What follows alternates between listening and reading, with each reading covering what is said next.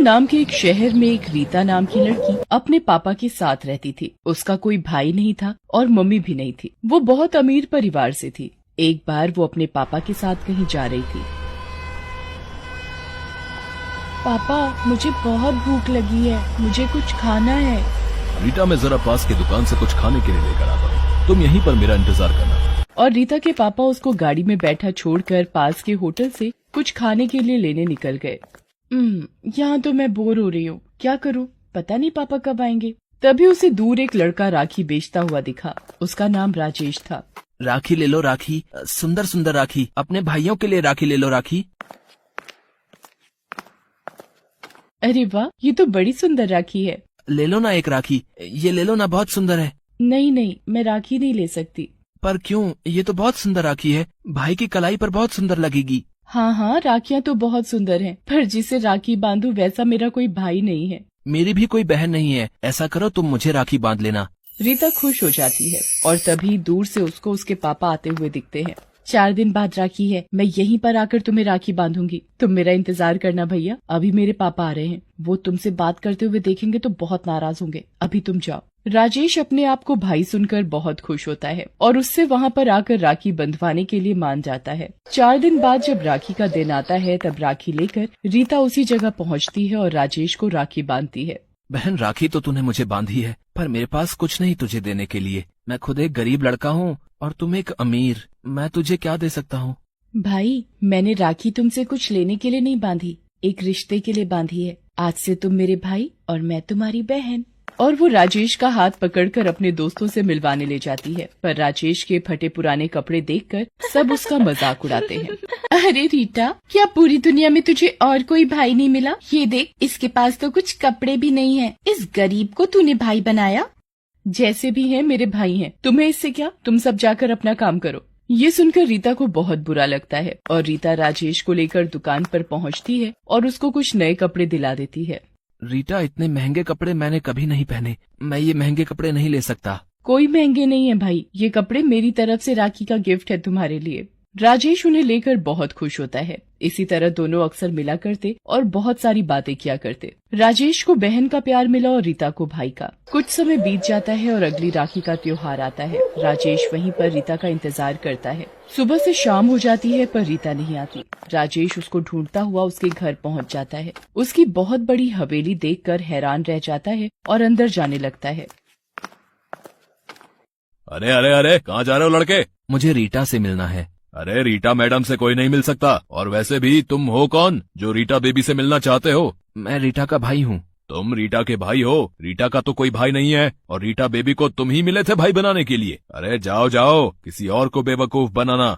राजेश वहाँ से नहीं जाता। तभी तेज बारिश होती है और राजेश वहीं खड़ा रहता है और बारिश में भीगता रहता है। रात हो जाती है और भूखा प्यासा वो रीता के लिए खड़ा रहता है। तभी रीता के पापा उसके खड़े होने पर, ये कौन खड़ा है बाहर? साहब, ये लड़का रीटा बेबी से मिलने आया है और खुद को उनका भाई बता रहा है। कौन हो तुम और यहाँ क्या कर रहे हो? मुझे रीटा से मिलना है, आज राखी है ना, उससे राखी बंधवानी है मुझे। मैं अपने साथ राखी भी लेकर आया हूँ। तुम्हें राखी बांधेगी रीटा? अभी शक्ल आईने में देखी है? जा भाग यहाँ से और दोबारा यहाँ नजर मत आना, नहीं तो हड्डी पसली तोड़ दूंगा। और राजेश को धक्के मारकर निकाल दिया जाता है। उसके बाद राजेश कभी रीता से नहीं मिल सका। करीब 10 साल बाद राजेश रीता के घर के बाहर से गुजर ही रहा होता है कि उस घर में राजेश देखता है।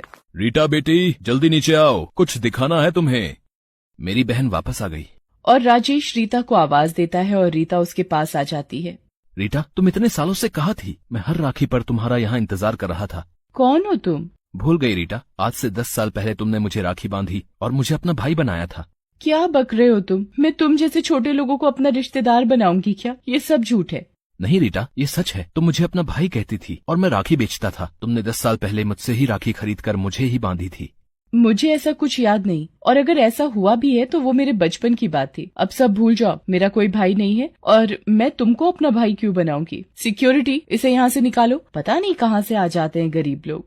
राजेश मुंह लटकाकर वहाँ से चला जाता है। कई दिन बीत जाते हैं। एक दिन रोड पर एक कार का एक्सीडेंट हो जाता है। राजेश वो देखने जाता है। वो देखता है कि रीता की गाड़ी का एक्सीडेंट हो गया है। राजेश भागकर रीता को देखता है तो उसका बहुत खून निकल गया होता है। राजेश रीता को हॉस्पिटल पहुंचाता है और डॉक्टर से कहता है, डॉक्टर साहब, मेरी बहन को बचा लो, इसका बहुत खून निकल रहा है। हाँ, मैं देखता हूँ।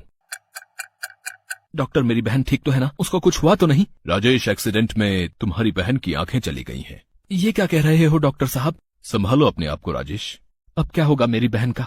तुम फिक्र मत करो, अगर किसी की आंखें मिल जाएं तो हम तुम्हारी बहन की आंखों का ऑपरेशन कर उसकी आंखें वापस लगा सकते हैं। डॉक्टर साहब, आप मेरी आंखें रीटा को लगा दो। पर राजेश, तुम बिन आंखों के देख नहीं पाओगे।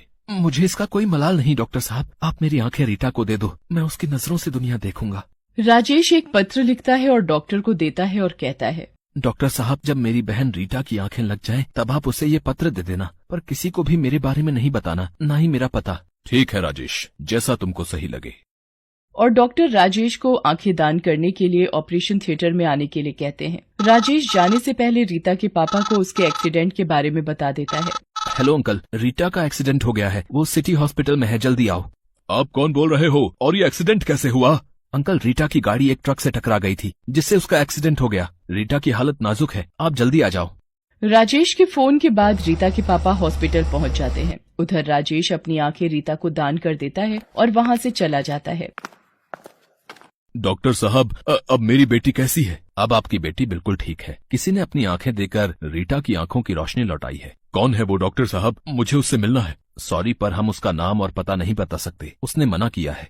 जब रीता की आंखें ठीक हो जाती हैं, तब डॉक्टर उससे कहते हैं, रीटा, तुम्हारी आंखें किसी और की देन है और उसने तुम्हें ये पत्र देने के लिए कहा है। रीता पत्र ले लेती है और पढ़ती है। उसमें लिखा होता है, रीटा, तुमने शायद भाई बहन के रिश्ते को एक मजाक समझा, पर मैंने तुम्हें अपनी बहन समझा और 10 साल तक तुम्हारा हर दिन इंतजार किया। मैं तुम्हारे घर भी गया था, पर तुम्हारे पापा को ये मंजूर नहीं था। सही भी है ना, एक अमीर घर की लड़की एक गरीब लड़के को अपना भाई कैसे बना सकती है? पर मैंने ये रिश्ता दिल से माना था। जब तुमने मुझे पहले राखी बांधी थी, उस समय मेरे पास तुम्हें देने के लिए कुछ भी नहीं था। आज उसी राखी का कर्ज निभा रहा हूँ। ये राखी का तोहफा समझकर स्वीकार करना और इन आंखों में कभी भी आंसू मत आने देना। हमेशा होठों की मुस्कुराहट बनाए रखना और कभी किसी का दिल मत तोड़ना। तुम्हारा भाई राजेश। ये सुनकर रीता और उसके पापा की आंखों में आंसू आ जाते हैं और वो अपने किए पर बहुत पछताते हैं। रीता राजेश को ढूंढने की बहुत कोशिश करती है, पर अब राजेश रीता को कभी नहीं मिलता। ऐसा लगता जैसे वो अपना भाई का फर्ज निभा गया।